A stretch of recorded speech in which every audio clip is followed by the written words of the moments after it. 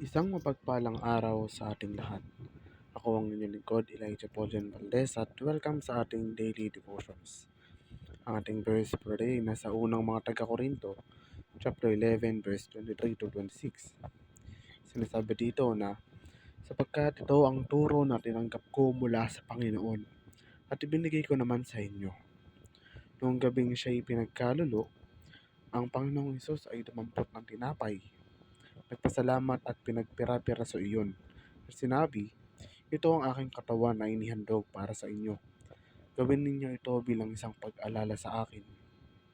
Matapos maghapunan, dumampot din siya ng isang kopa at sinabi, ang kopang ito ang bagong tipan na pinagtitibay ng aking dugo. Tuwing iinumin ninyo ito, gawin ninyo bilang pag-alala sa akin.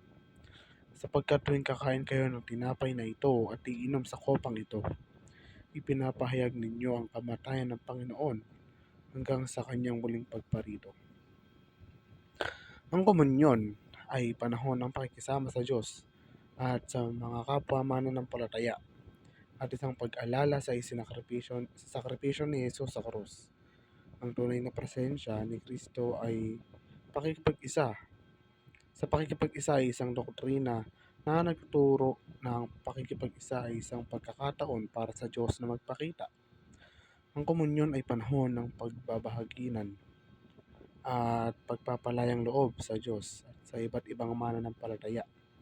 Ito ay isang sagradong oras ng pagsamba na may kasamang panalangin at pagmumuni-muni. Ang tunay na presensya ni Kristo sa pakikipag-isa ay ang ideya ng komunyon ay isang paraan para magpakita ang Diyos. Sa ilang mga denominasyong Kristiyano, ang komunyon ay pinaniniwalaan na isang paraan upang makilahok sa patuloy na sakripisyo ng krus. Komunyon ay isang pag-alala sa kamatayan at muling pagkabuhay ni Kristo at isang pagpapahayag ng kanyang pagbabalik. Ito rin ay isang pagdiriwang ng kaloob ng sakripisyo ng Diyos.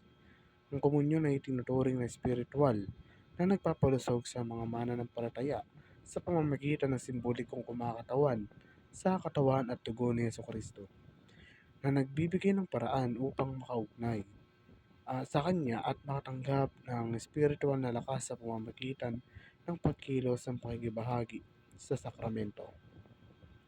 Mahalagang kumikilos ang isang espiritual na pagkain na nagpapanatili sa kanilang paglalakbay at sa pananampalataya. Ang panalangin ng pagtatapat sa Diyos ay isang paraan ng pag-amin at paghingi ng kapatawaran sa mga kasalanan. Maaari itong maging isang paraan upang maramdaman ang kagalingan at maranasan ang pag-ibig ng Diyos. Ang pagtatapat ng mga kasalanan sa Diyos ay isang paraan upang makatanggap ng kapatawaran at kagalingan. Maaaring din itong isang maging paraan upang madama na tinatanggap at minamahal ng Diyos. Ang pagninilay-nilay sa kamatayan, muling pagkabuhay, at ikalawang pagdating ni Jesus ay nagsasangkot ng malalim na pagninilay-nilay sa malalim na kristyanong salaysay ng sakripisyo ni Jesus sa krus.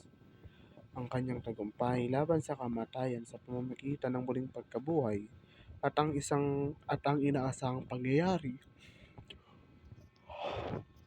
sa inaharap kung saan siya ay babalik sa lupa ang nagpapahiwatig ng sukdulang tagumpay laban sa kasamaan at ang simula ng buhay na walang hanggan para sa mga mananampalataya.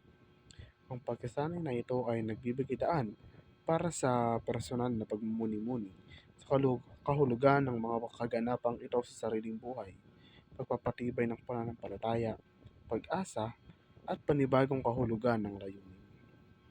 Muli, ako ang inyong lingkod, Elijah Pauljan Valdez, at dito na nagtatapos ang aking daily devotions.